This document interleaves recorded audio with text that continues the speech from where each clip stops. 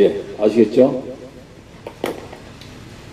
자, 제가 핸드폰을 다 다운로드 받으라고 했는데 어떻게 다들 이렇게 적응하셨는지 모르겠어요. 다운로드 받으러 가셔가지고 화면을 열면은 첫 화면이 이렇게 됩니다. 첫 화면. 예.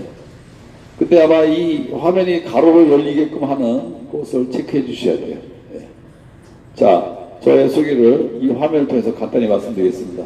저는 61년 소띠고요. 여기 한명숙 총리 모해의중 사건을 계기로 해서 제가 사법개혁의 인생의 화두를 정했다는 거. 뭐냐면 삶의 의미를 이 문제를 내가 뭐 해결해 보겠다. 그것을 화두. 그 스님들이 하는 화두 있지 않습니까? 뭐 하나 정해놓고 평생 정진하는 거예요. 그래서 저는 이것을 계기로 해서 저의 인생 화두를 정했습니다. 짧게 소개를 마치고 다음 화면을 들어가겠습니다. 자, 사법개혁을 해방시켜야 되겠다라는 소신을 가졌고요. 대한민국 사법개혁은 일단 여러분들이 대한민국 형사소송을 간단하게 이해해야 됩니다. 두 번째는 1987년도 헌법이 이러한 사법개혁을 방해하는 세 가지 요소가 있습니다. 그래서 이 세 가지 요소를 이해해서 제7공화국을 열어서 우리가 더욱더 자유가 신장되는 대한민국을 만든다. 이렇게 이해하시면 돼요. 다음 페이지 넘어가서 자 이제 오늘의 주제를 한꺼번에 묘사한 화면이 있습니다. 자, 여러분은 사법에서 구체적으로다가 형사소송만 제가 설명드리겠습니다. 형사소송은 수사, 기소, 재판입니다. 수사, 기소, 재판.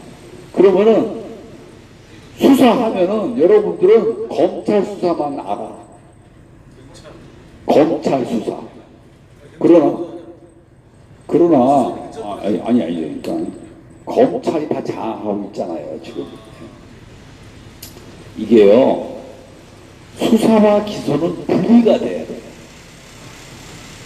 수사, 기소는 분리가 돼요. 우리 대한민국은 수사, 기소가 검찰이 쥐고 있어요.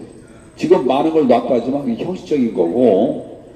자, 또 하나는 수사도 세 가지로 나온다. 세 가지. 고소, 고발, 내사. 여러분 고소와 고발의 차이점 아십니까? 아시는 분 손 들어보세요. 고소와 고발 차이. 내가 피해를 입은 상대가 고소하는 그렇죠. 고발은 내가 피해를 안 했다 하더라도 이거 불가능하다. 그렇죠. 불가능하다 이게. 그렇죠. 내사.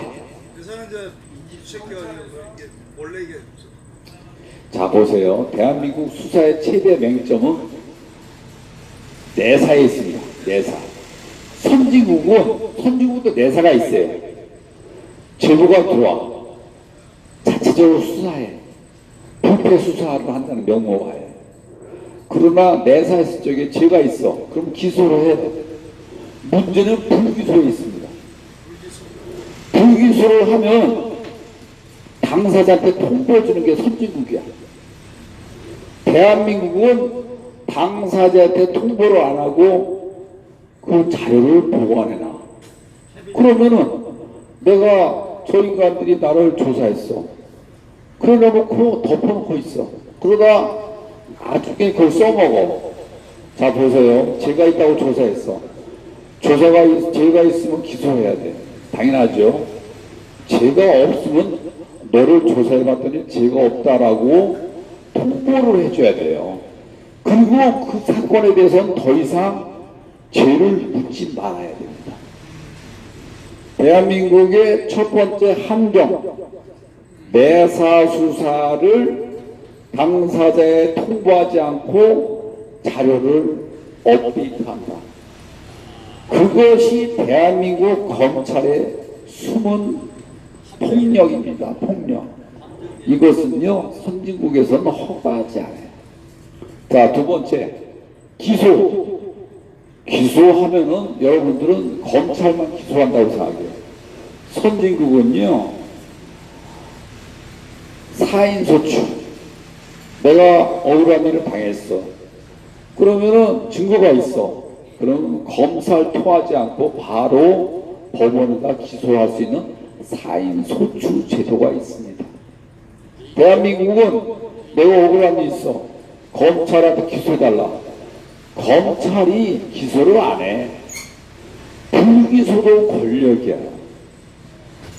그러니까는 이러한 제도가 어디가 더 합리적입니까? 확실한 증거가 있어. 그러면 검찰이 필요가 없어요. 불기소한다는 건 제가 볼 때는 불기소한 아니에요? 죄가 있는데도 돕는 거예요, 불기소는. 예, 예. 기소 안 하고 이유가 없어요.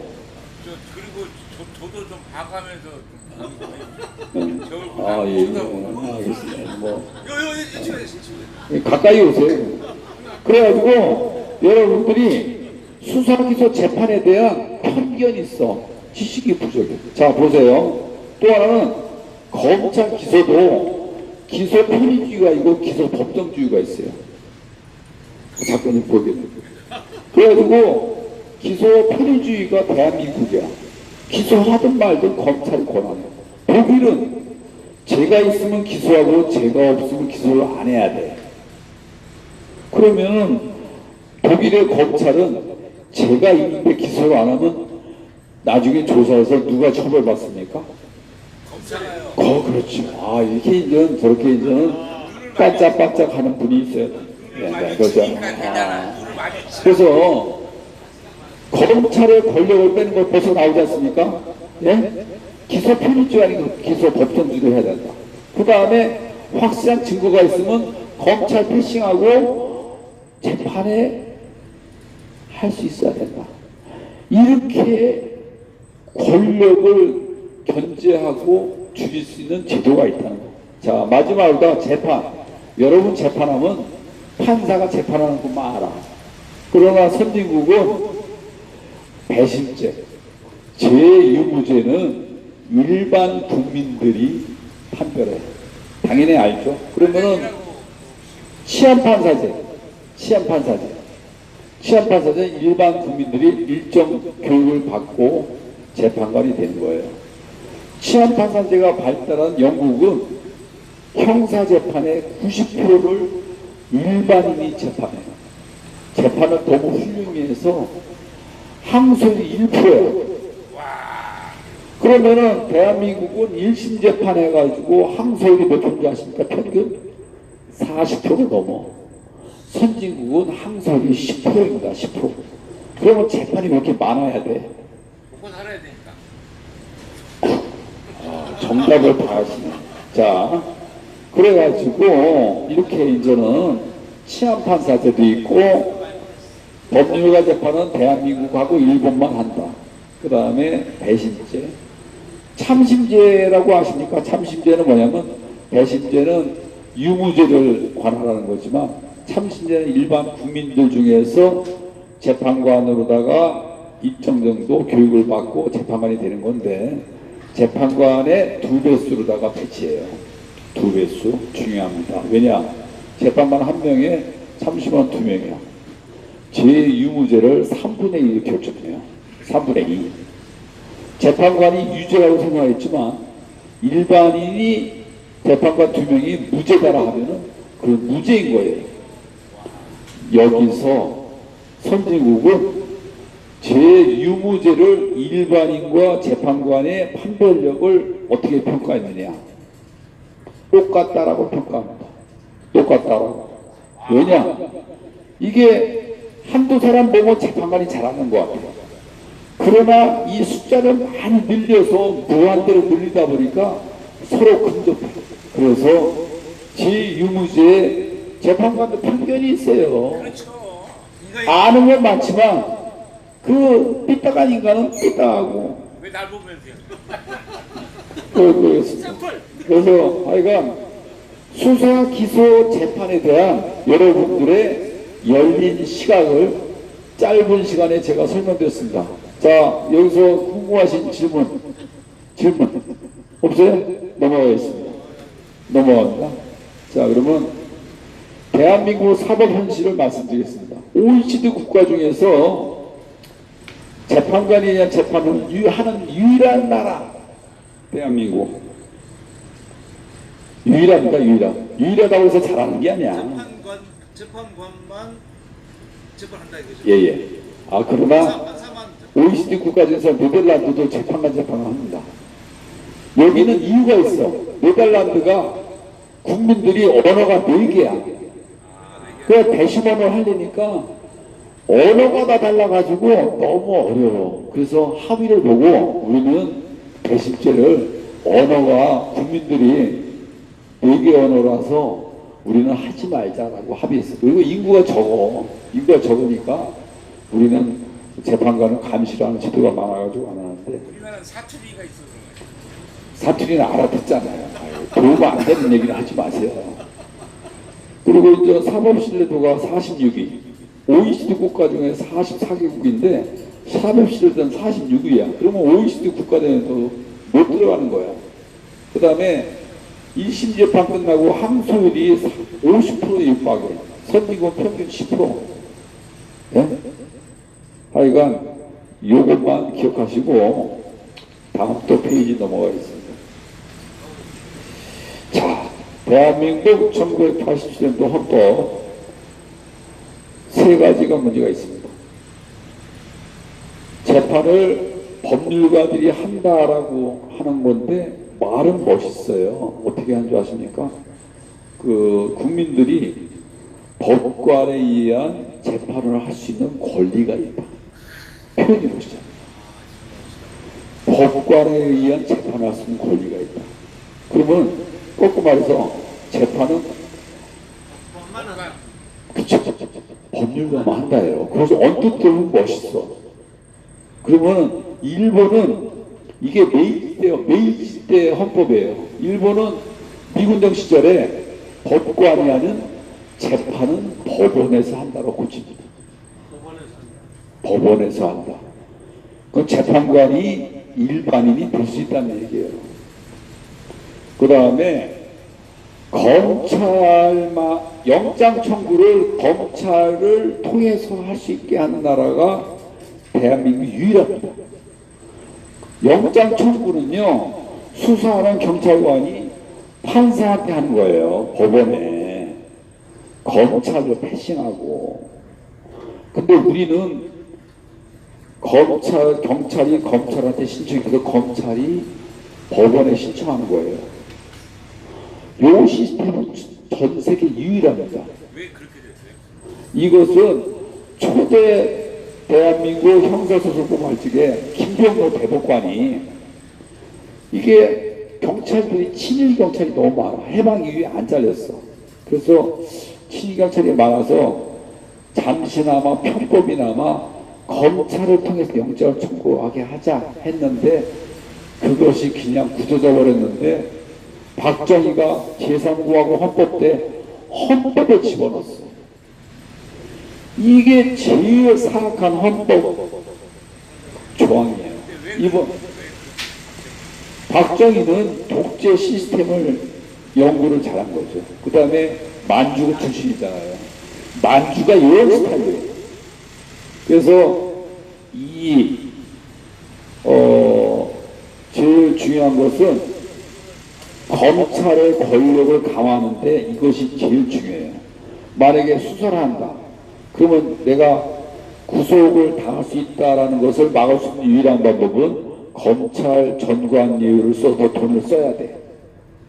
그래서 이 재벌들이 수사를 받을 적에 제일 먼저 검찰 병사 출신을 써서 불구속 수사를 받게끔 하는 로비하는 이게 돈벌이에 제일 커요. 그래서 이번에 조국 혁신당에서 자기네들이 제7공화국 헌법에 이 조항을 빼야 된다고 오늘 발표했어요.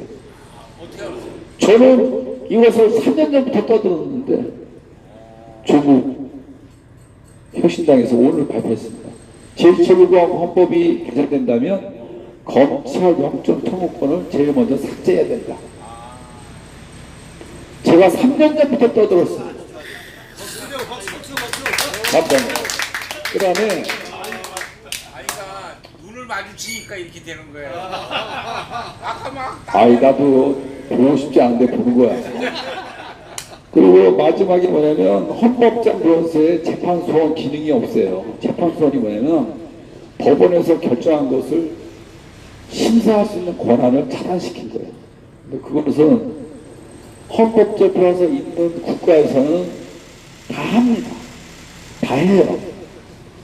지금 판사들이 아무리 잘못하더라도 그것을 평가할 수 있는, 세상에 어느 공무원이 평가 시스템이 없는 공무원은 판사밖에 없어요. 판사 공무원이지 않습니까? 그럼 자기가 잘못하면 평가를 받아야 될 거 아니에요. 두 번째는 잘못한 게 드러나더라도 고의가 있어야 배상할 수 있게 해놨어요. 법원 판례를. 실수해도 안 되는 거. 실수했다고 해서 배상하는 게 아니야. 고의가 있어. 고의가 있어야 배상. 어떻게 알아? 자기네들이 판례를 만들었어. 그 판례를 재판 소원이 있어야 헌법재판소에서 바꿀 수가 있어. 그러면은 판례를 바꿔야 되잖아요. 잘못된 거잖아. 아니 내 말은 고의인지 아닌지를 누가 판단해? 그렇게 못하는 고의인지 아닌지를 어떻게 하냐고. 그거는 불가능한 얘기예요. 알수 없다는 이야기, 알 수 없는 게 아니 잘못하게 들어왔는데 그 사람이 일부러 잘못했다고 해야지만이 배상한다. 그럼 본인만 알고 있는 거야? 고의. 그 본인만 하는 거죠. 이거는 지금 이렇게까지 사악한 판례를 만들어 놓고 법적으로 고칠 수 없게끔 또 법원의 재판소를 금지시켜 놨어요. 야 사법 개혁 해야겠네. 그렇죠. 이 세 가지야. 사실은 여기서 이제 강의를 끝내도 되는 내용이에요. 그러니까 아, 그렇습니까? 그럼 잠깐 일본을 보고 이어서 하겠습니다. 감사합니다. 일단 방으로 갑시다. 아니 여기서 해도 돼요. 아니 저 방에 들어가야 되니까 지금. 아니 여기로서 어떻게 방에 들어가? 좁아. 네, 그러니까 방을 일단 잡아야 돼. 우리 방에 들어가셨어? 다른 사람들이 오기 때문에 아, 보고 나서 방에 지금 일단 일본 보고. 하고 일본 보고 이제 그다음 소리 맥주한잔 마시면서 맥주도 제가 준비해드리겠습니다. 오늘 이 노래방과 맥주는 제가 다 제공합니다. 아시겠죠? 만약에 사복 강의를 듣기 싫으시면 바로 나가시면 돼요. 아시겠죠? 네.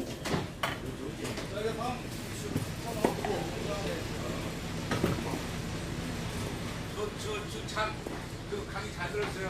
네,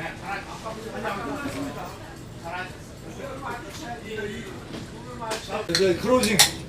강의를 좀 이어서 제가 마무리 짓고 드리겠습니다. 네. 간단하게 끝내십시오. 질의응답이 중요합니다. 저 강의 내용을 듣고 질의응답을 잘 좀 해주시기 바랍니다. 반대색이 있습니다.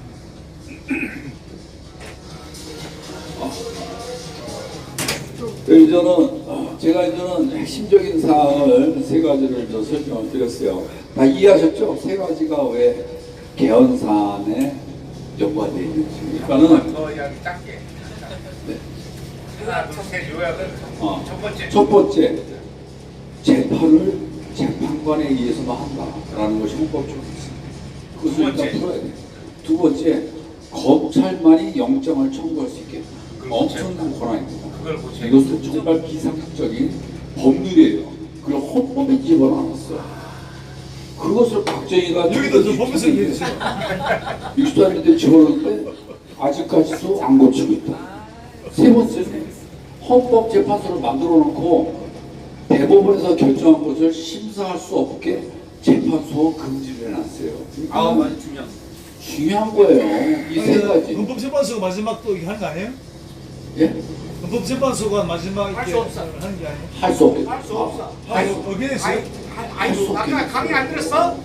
그거 만드는 거 이게 다시 한 번만 그 부분을 좀 이해가 좀 헌법재판소에서는요, 대법원에서 판결한 내용을 인권 침해가 있나 없나 심사할 수 있는 권한이 있어야 되는데, 대한민국은 대법원에서 결정할 수 있는 것은 거기서 종결시킨다라고 헌법에 그래요? 집어넣었어요.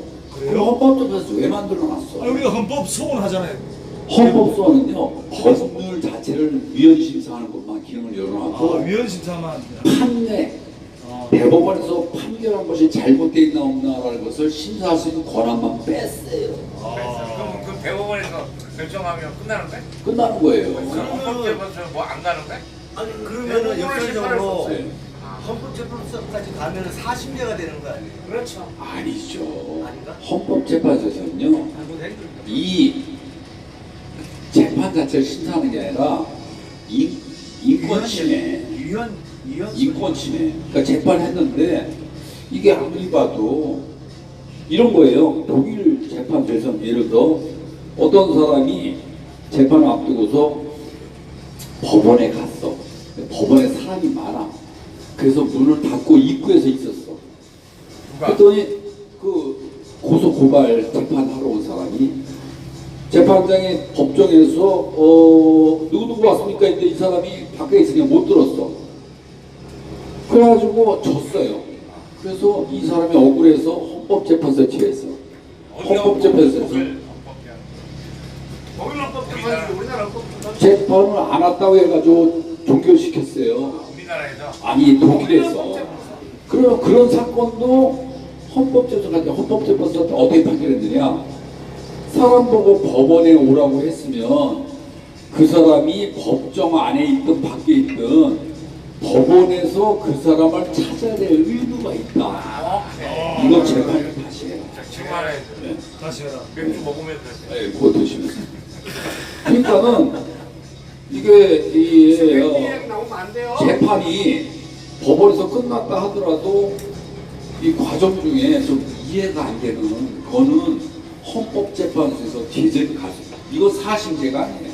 그러면 헌법재판소에 가는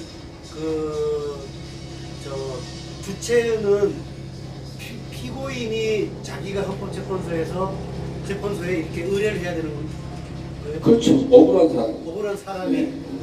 그러면 저기 검사도 그렇게 할 수 있어요?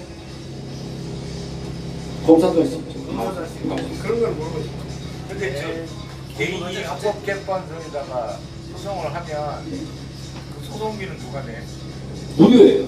아 무료. 무료. 근데 그게 무료. 그러니까 법원에서 일을 하는데 뭔가 좀 자기의 권위적으로 하는 게 있어요. 그것을 일반인의 상식 입장에서 그것을 고칠 수 있는 헌법재판소입니다. 아 그게 지금 우리나라 이야기예요? 독일에 그렇게 하고 있다. 아니 이거 저희 뭘 드시는 네. 거예요? 아니 뭔가 흥미진진해진 것 같은데 이거 이상하다 이거. 아니 그 상식에서 벗어나 있다는 얘기예요. 그러니까는 대한민국 재판은요 상식에서 벗어난 재판이 굉장히 많습니다. 재판 올림 재판이지 않습니까? 그런 것을 내부 감사 시스템이 없다는 얘기예요. 맞아요. 그리고 대한민국 법원은요 1심에서 보통 판사가 잘못하지 않습니까? 20 판사하고 1심 판사가 또 아는 사람이야. 잘못했다가 덮어. 대법원 가서 덮어요. 나도 당했어. 그런 게 많아요. 그런 것은 누가 해냐? 헌법재판소의 재판관은 학자들을 배치해야 돼요. 독일에서는 3분의 1을 학자를 법률가 아닌 학자, 학계에서 15년 이상 근무한 사람 중에 선발해서 집어넣어요. 그래서 3분의 1은 법관. 3분의 1, 3분의 1은 법관이에요. 근데 3분의 1이 반대하면 그것이 심사하게 돼 있어요. 3분의 1이. 네. 그리고 그 심사에서 인권 침해가 있다는 것을 증명이 되면 그 판사를 처벌합니다. 아 이게 독일 이야기죠. 독일이야. 우리나라 도토리를 된다 이런. 우리가 독일 시스템까지 가야 된다는 얘기예요. 독일 시스템까지. 원장님, 예. 저 질문하면서 정성 목사님이 웃지 못하게 만들어요. 아니야 웃을 수 있어. 웃는 것도 아니, 사실은 같지 마. 아니 근데 그런 것이 그 내부는 헌법재판소에서 많이 먹어가지고 질문 많이 하는 거야. 내부는 많이 먹어. 그래. 자 그러면은 네, 나는 생각. 자 그러면 그 개헌에서 세 가지를 바꿔야지 이 사법개혁이 된다는 걸 이해하셨죠? 예. 넘어가겠습니다. 아 이게 얼마나 아주 좋은 강의입니다. 자, 이 일본 제국주의 헌법에서 재판관에 대한 재판을 한다라는 조항이 일본은 1946년도 미군정 때 고쳤습니다. 어떻게 고쳤느냐? 재판관에 의한 재판을 한다가 아니라 법원에서 재판을 한다. 나만 알고 있네. 단어 세 글자만 고치면 이건 해결되는 거지. 이거를 했고, 한사한다 이거 법원에 산. 그 다음에 이 빨리 넘어가겠습니다. 다 얘기한 거예요. 이거 다 제일 중요한 건 뭐냐면, 자 묻겠습니다 여러분께. 에필로그에 그 선진국은요 원래 그리스도 때부터 배심을 했어요. 이 예수가 배심원 500명의 판결에 의해서 유죄받아가지고 채용되지 않습니까? 선진국은 유죄냐 무죄냐는 배심원들이 결정합니다. 그 전통이 끝까지 내려와요. 그러면은 이 배심죄가 뭐냐면은 우리 일반 사람들의 권리입니다. 일반 사람들의 권리.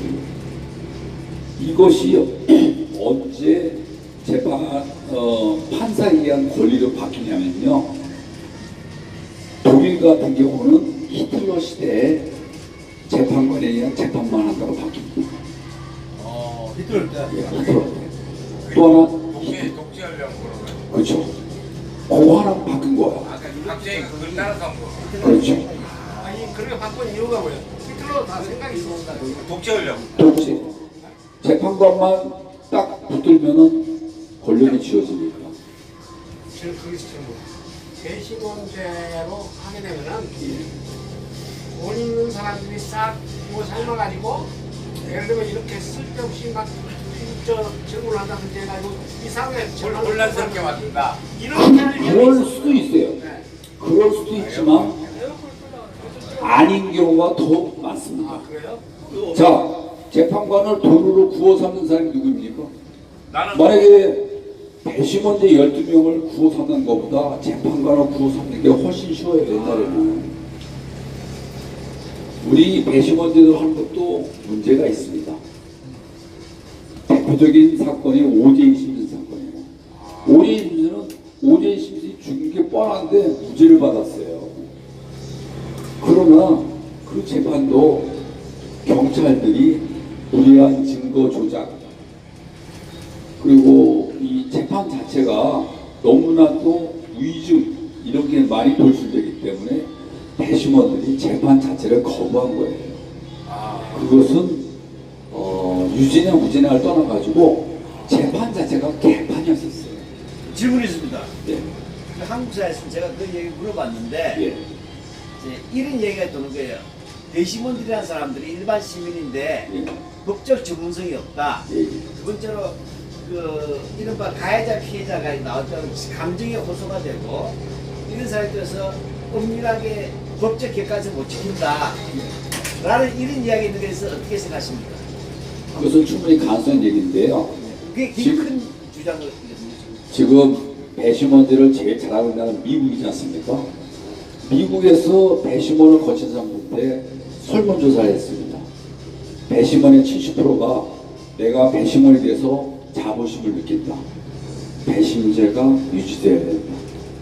그리고 배심원제만이 유일한 이러한 사법 권력을 국민들이 쥐고 것이다라고 평가하고 있어요. 그런 거에 대한 평가 자료를 우리 사람들이 너무나도 모르고 있습니다. 예, 감사합니다. 자, 충분한 근데 아니- 저는 생각합니다. 제가 중요한 거. 자, 여러분께 묻겠습니다. 배심원제는요, 12명의 배심원제가 유죄냐 무죄냐를 가려요. 무죄가 나오면 검찰의 항소 금지입니다.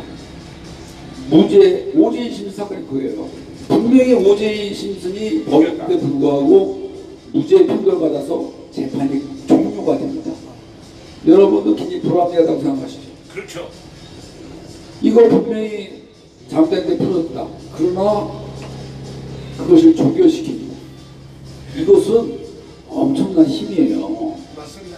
왜 힘이냐면 이런 거예요. 자, 오제이 심슨 사건 그렇다 치고 예를 들어 낙태죄는 우리나라 같은 경우는 다 의사들이 처벌받습니다. 미국에서는요 배신죄로 하기 때문에 의사가 나와서 얘기합니다. 저 사람들의 사정을 둘러보니 저 사람이 임신한 결과가 강압에 의한 여러 가지 문제가 있다. 그래서 3개월이 지났지만 저 사람을 보호하기 위해서 내가 불법을 저질러서 낳게 했다. 그러면 배심원이 무죄를 판결합니다. 또 하나 금주법 술을 파다 걸렸어. 그러면 그 사람은 생계를 위해서 술을 파다 걸렸어요. 배심원들이 얘기합니다. 금주법은 조직적으로 돈을 버는 놈을 처벌하기 위한 법이지 저렇게 생계를 위해서 술을 파는 사람은 무죄를 해야 된다. 자, 여기서 법이란 것은요 명확히 선을 걷기 어려운 겁니다. 법의 현실이. 그러면 이 법이란 칼날을 휘두르는 것을 판사한테 줄 것이냐 여러분같이 일반인 12명이 모여있는 데한테 줄 것이냐를 결정하는 거예요. 지금 배신자를 어떻게 평가하는 거예요? 근데 너무 나같이 좀 나쁜 사람 껴있어가지고 불러 흔들 수 있잖아. 그래서 나온 게 영국에서는 12명 중에 10명의 찬성에 의해서 결정한 걸로 바꿔요. 예, 그렇죠. 그렇지만 미국은 12명 전원의 찬성을 유지합니다. 배심죄에 관한 예, 배심죄에 관한 입법 기준에 대해서 예, 질문할게요. 예, 예. 배심죄 그 개선을 하고 싶으신 것 같은데 예. 그걸 못하게 이렇게 막을 것 같아요. 배심죄를 강화하는 이걸 하는 거는 내가 이 교회라면은 나서서 신도들을 동원해가지고 신도들 동원해가지고 막을 것 같아요. 저렇게 가면은 저 인민재판 하자는 거다. 빨갱이식으로 인민재판 할 거다. 이렇게 해가지고 오만 사람들을 다 동원해가지고 지랄 발광할 것 같아요. 알겠습니다. 입법 기준에 굉장히 난점이 우리나라가 그랬어요. 알겠습니다. 아이 그러면 내가 교회라면은 그렇게 나서 살아가는 지금 그 교인들이 문제가 아니야. 법률가들이 다 반대하고 있어요. 교회가 법률가들이 양심적인 사람만 개인적으로 배신을 해야 된다 하지만 배심죄에 관한 80%가 반대하고 있어요. 배심죄에 관한 논의가 이 배심제 도입은요 엄청난 그 혁명이 필요한 사안이에요. 배심죄에 관한 논의가 아직 안 올랐으면 하는데 커지면은 교회가 내가 교회라서 내가 나서서 네, 잠깐만요. 반대할 것 같아. 선생님, 만약 하더라도 선생님, 폭력이라니까. 제일 중요한 건요. 자 보세요. 교회가 있어요. 배심죄를 시행하는 내가 나라는 뭐 힘세. 2심 재판이 법률심입니다. 이 중요해요. 여기서 2심 아니 선생님 2심 재판이 중요해요. 2심 재판. 우리나라는요 1심에서 판결한 걸 2심에서 뒤집어. 그러면 1심 판사는 합법죄가 되는 거예요. 선진국은요 1심에서 유죄냐 무죄냐 나오는 것을 2심에서는 안 바꿉니다. 형량만 주더라고. 그러나 2심에서 도저히 안 되겠다, 바꿔야 되겠다. 그러면 도주 1심으로 내려보냅니다. 이것을 파기 자판이라고 그래요. 파기 환송. 그렇지. 그러나 2심에서 우리나라는 2심에서 바꾸고 지가 결정해요. 그러면 2심 재판관이 1심 재판관보다 훌륭한 사람이 되는 거예요. 그래서 여기서 전관 이유가 생긴 겁니다. 2심 재판관이 되려면 최소한 15년이 있어야 돼요. 15년 판사 생활 더 했다고 해서 2심 판사보다 똑똑합니까? 아닙니다. 더 간악한 사람이 돼요. 그러면 2심 재판관의 권한을 어떻게 없애야 되느냐?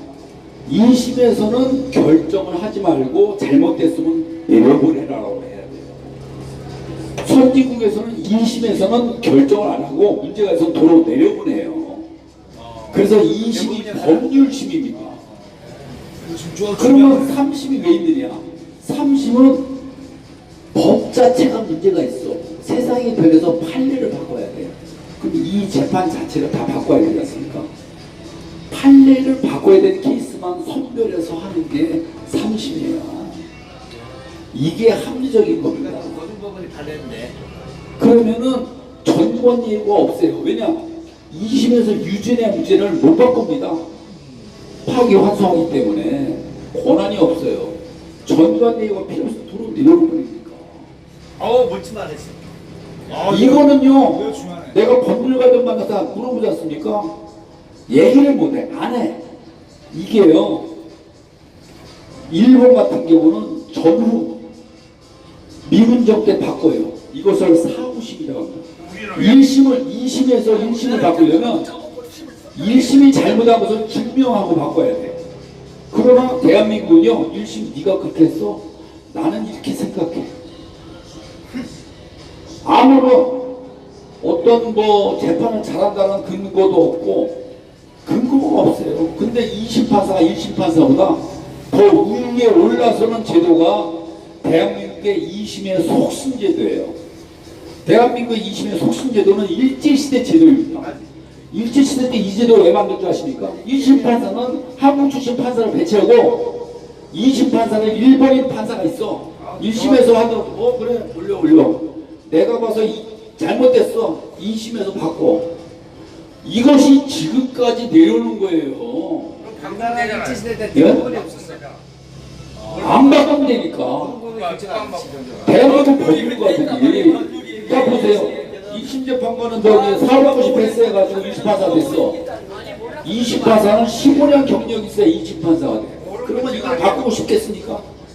20판사 출신들은 변호사 개업하면 수임료가 1,000만 원부터 시작해요. 근데 잠깐 중요한 질문. 그러면 잠깐 그 선진 사법 선진국에서도 그런 과정을 거쳤을 거 아니에요? 그렇죠. 그런 과정을 거치면서 지금 상태로 왔으면 그건 고치면 되냐? 그러니까 이제 앞으로 고친다 여기지. 그래서 사법 판사가 안 고치잖아요. 판사들은 야 내가 공부해가지고 15년 경력을 쌓았어. 그러면 초보 판사보다 내가 훌륭한 사람이야 라고 하고 싶어서. 그래서 앞으로 그 헌법에다가 고치자. 자 여기서 얘기했습니다. 1961년도에 이렇게 바꿔서 해보니까 돈벌이가 안 돼. 다시 또 63년도에 또 바꿔. 그걸 지금까지 바꿨는데 그 당시에 뭐라 했냐면 우리는 아직까지 1심 재판이 제대로 안 된다. 그래서 2심 재판에서 바꿀 수 있는 권한이 있어야 된다고 바꿔요. 그것이 대한민국 논문에 제가 읽었어요. 그래서 이걸 내가 이게 물어봤어요. 1963년이라고요? 1963년. 그러면 이제 5.16 혁명 이후에 그렇죠. 5.16 쿠데타 이후에 그렇죠. 박정희가 아까 했다고 그랬잖아. 이 새끼야. 처음에는요. 그러니까 이게 법률가들하고 권력하고 짱짱해서 그러니까는 오늘 핵심이 여기 있습니다. 2심이 법률심, 사후심이 돼야 되는데 대한민국은 일제시대 때 속심제도를 하고 있어요. 2심이 1심 판결을 무시할 수 있는 권한은 없어야 됩니다. 1심 판사 잘못됐으면 1심 판사 증명하고 지가 바꿔야 돼요. 또 하나는 증명했다 하더라도 지가 결정 안 하고 내려보내야 돼요. 아시겠죠? 사법개혁 좋습니다. 바꾸자고요. 어떻게 해야 돼요? 바꾸자고. 이거는 국회의원들이 정신 차리고 입법화해야 돼요. 입법화해야 돼요. 어떻게 해야 돼? 입법화해야 됩니다. 그러니까 국민들하고 요구를 해야 됩니다. 그러면 제가 사법개혁을 공부하고 나서 내가 하는 건 뭐냐면 이렇게 너무 간단한 문제 가지고 이 새끼들은 왜 안 바꾸냐. 왜냐? 기득권이야. 돈벌이가 여기에 몰려. 그러면요 1심 판사하고 2심 판사 달라. 그러면 사람이 어떻게 해서 억울해서 대법원 갑니다. 대법원. 그래서 대법원의 사건이 폭주하는 거예요. 1년에 4만 건이 몰립니다. 4만 건. 그러면 웃기는 게 뭐냐면 대법원에서 너무 사건이 많이 몰리니까 70%를 그냥 각하씩 안 보고. 근데 웃기는 거는 대법원 출신 변호사 쓰면은 각하율이 떨어져. 10배 차이나. 그래서 대법관 출신 변호사들은 도장만 찍어주고 3천만 원을 받아요. 대법원에서 심사할 수 있게. 형사사건이 중요한 게 아니에요. 돈벌이다 민사사건에 있습니다. 민사사건. 민사사건은 1심 다르고 2심 다르고 법원에서 바뀝니다. 돈벌이는 민사사건에 있어요. 그러나 형사마저도 이 짓을 하고 있어요. 형사사건은 검사가 돈을 버는 거예요. 착한 판사도 무슨 있을 거 말이죠? 가끔 있죠. 가끔 있어가지고 책에서 나 너무 괴롭다. 이런 현실에서 뭐 그런 책을 써요. 그래서 내가 주장한 건 치안판사제도. 형사사건은 국민들한테 돌려달라. 영미법처럼. 영국은 형사사건의 90%를 치안판사가 합니다. 왜 지네들이 머리 아프게 그렇게 고생해? 일반인 여러분들이 판사하고 더 잘합니다. 더 잘합니다. 고생하셨습니다. 고생하셨습니다. 자, 에필로그 이제. 그 다음에, 자, 아직도 남았어. 사실 뭐, 국회의원들 중에 그 법률가들이 한 20% 이상 되는 것 같은데. 네. 30% 됐네. 대한민국 있었어요. 다시 한번 바꿔보겠습니다. 검찰 내사 사건을 반복하지 말고. 불기소했을 경우에 당사자한테 통보 안 한다. 이거는 엄청난 인권 침해라는 것을 이해해 주시고, 검찰만이 영장 청구를 할 수 있다는 것 자체가 큰 돈벌이다. 자, 검찰 개혁은 수사 기소 분리에 영장 독점을 폐지해야 되는 거 간단하죠. 판사는요, 2심 재판의 권한을 법률심으로 하라. 사법개혁은 여기에 있습니다. 이렇게 쉬운 문제를 그러면 대법원에 사건이 몰리지도 않습니다. 2심 재판에서 결정하지 말고 1심으로 내려보내라. 이렇게 하면은 검찰 개혁은 선진국이 됩니다. 그래서 나머지는요, 뭐 여기 제가 다운받은 거, 그 다음에 더욱더 이제 마지막으로 중요한 거, 이건요. 자, 이 대한민국에 뭐 얼마 전에 사건이 있었죠. 부산에서 돌려치기 여자 해가지고 폭행하고 강간한 사건이요. 자, 지금 재판이 진행되고 있습니다. 선진국은요, 증거가 확실하고 자백인 경우는 재판을 안 하고 플리 바게닝 제도로서 사건을 해결합니다. 플리 바게닝의 중요한 핵심은 뭐냐면 피해자에 대한 배상이에요. 피해자에 대한 배상은 재판 전에 확정되고요, 빨리. 대한민국 어떻습니까? 증거가 있는데도 1심에서 검찰이 세게 구형해요. 1심 재판이 끝나. 형량이 10년이 나왔어. 그제서야 피해자 만나가지고 보상하고 돈채요. 2심에서 감경받으려고. 그럼 벌써 재판이 1년이잖아. 피해자는 피해자가 고통받고. 이것을 재판 자체는 피해자에 대한 고려가 없습니다. 피해자에 대한 고려는 재판 전에 플리 바게닝 제도를 도입해서 여기서 판사의 관리 감독하에 피해자 구조를 했느냐 안 했느냐를 재판 전에, 그러면 가해자가 피해자한테 충분히 배상했다. 그러면 거기서 재판을 안 하고 그 검사가 구형해서 판사의 관리 감독하에 재판 안 하고 빨리 끝내는 것이 피해자도 살고 법인도 사회에 복귀해야 되지 않습니까? 한 번 실수했다고 인정하는 게 감당이 되겠습니까? 그래가지고 아이가 이 플리방해 제도가 좋은 제도인데도 불구하고 플리방해 제도에 대한 이해가 대한민국이 부족하다. 플리방해 제도는 피해자 구제를 위한 제도다라는 것이 핵심인데 이것에 대한 논의가 부족하고, 플리방해 제도는 지금 독일도 시행하고 일본도 시행하고 많은 나라가 시행하고 있습니다. 그래서 이거를 설명드리고, 또 있어요? 아니 잠깐만. 그 다음에 크로징. 마지막으로 배신죄 핵심적인 권한이 뭐냐면 아까 얘기했죠. 법이라는 것은 칼인데 명확히 그것을 거울 수 없는데 이 칼의 사용을 재판관이 아닌 우리 일반인들이 모여서 결정할 수 있는 권한이 배심죄에 있다. 이것이 배심죄의 제일 중요한 핵심적인 길입니다. 칼을 국민들이 갖게 하는 제도가 배심제도입니다. 배심제도는 기필코 우리가 쟁취해야 될 마지막 의미입니다. 감사합니다. 질의응답을 가겠습니다. 또 지른 거야. 제가 마지막으로 지른 거야. 아니, 됐고. 혹시 제가 아까 우리 약속한 것 중에 빼먹은 거 있어요? 질문한 것 중에 빼먹은 거. 질문해야 될 것 중에 빼먹은 거 있다고. 찾아볼게요. 제가 여기 파워포인트의 내용을 많이 뺐는데 한번 자세히 한번 읽어보세요. 아이가 여기 내용이 뭐 질문하기로 했고요, 잘안 찼어요. 아니 원장님 이게 국회를 통과하려면은 아, 이렇게 나오죠. 절차가 3분의 2예요. 뭐 어떻게 되는 거예요? 일단 이것은 개헌 개헌사항이에요. 헌법에 있거든요. 개헌. 그래서 사법개혁을 공부하다 보니까 이 기득권 측이 얼마나 이 치밀하고 악독한지를 알게 됐어요. 그 이러니까는 전애들이 저렇게 악독하게 200명이 넘어야 되는 거나? 그렇죠. 예. 200명 헌법 개헌 사항이기 때문에. 제가 보니까 치밀하진 않고 악독하기만 하다. 치밀했으면 우리 원장님 모르지. 야, 한마디만 합시다. 예, 예. 마이크.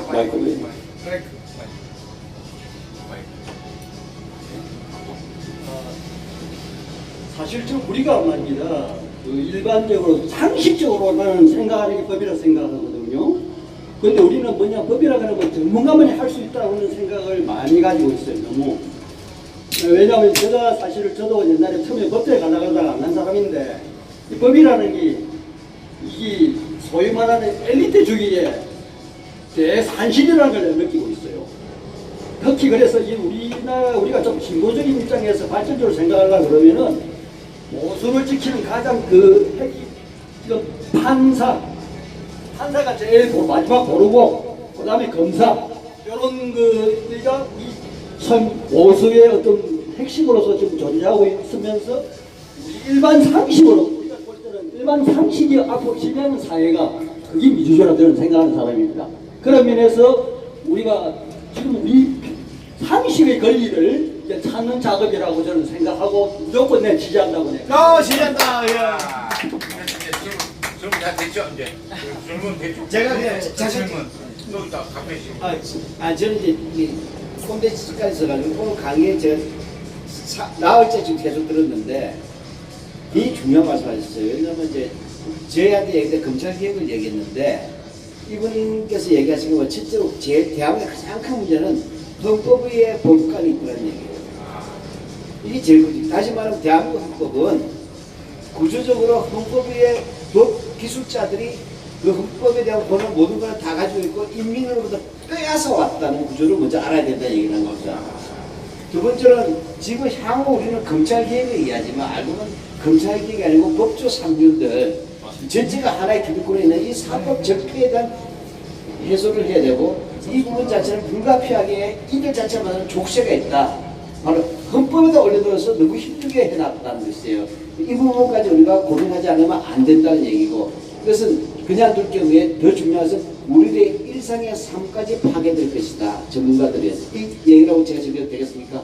네. 감사합니다. 지금 그만.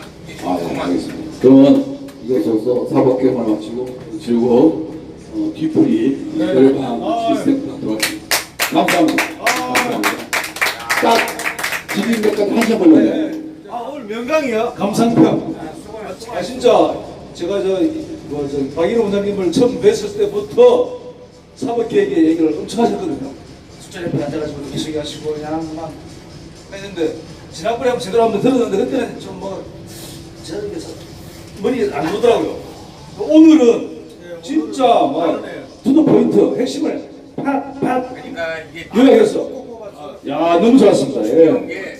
그리고 요소에 제가 다 이렇게 질문도 잘하셨어. 한번 저기 이렇게 22대 국회 있잖아요. 개헌하면 뿌락지들을 한번 심어놔야 된다. 의원들 좀 동원해가지고 찾아뵈서 제 군포 지역이 군포인데요. 이하경이 또 부정됐더라고요. 그러니까 의원식은 제가 또 잘하니까 형동생 하잖아요. 그 11회 여자 타면서 열흘 동안 왔다 갔다 할 때 같이 갔었거든요. 그래서 한번 무리를 만들어가지고 하자고 한번 잘 테니까 그때 제대로 한번 클로징 딱 해주십시오. 감사합니다. 자, 뜨거운 박수 부탁드리겠습니다. 왜냐하면 인기가 사법 이야기 이렇게 했는데 저는 선물 하나 드려야 될 것 같아요. 짧게. 이것은 제가 10월 달에 방송대학교 대학원 법학과 특강이 있는데 그거 제가 안 하고 선생님께 드리겠습니다. 춤가 소리 해야 돼. 시간 얼마짜리입니까? 2시간. 감사합니다. 왜냐면 2시간에 해야 되니까. 2시간 동안 감사합니다. 앞으로도 좋은 영상과 여러분께 찾아뵙겠습니다. 감사합니다.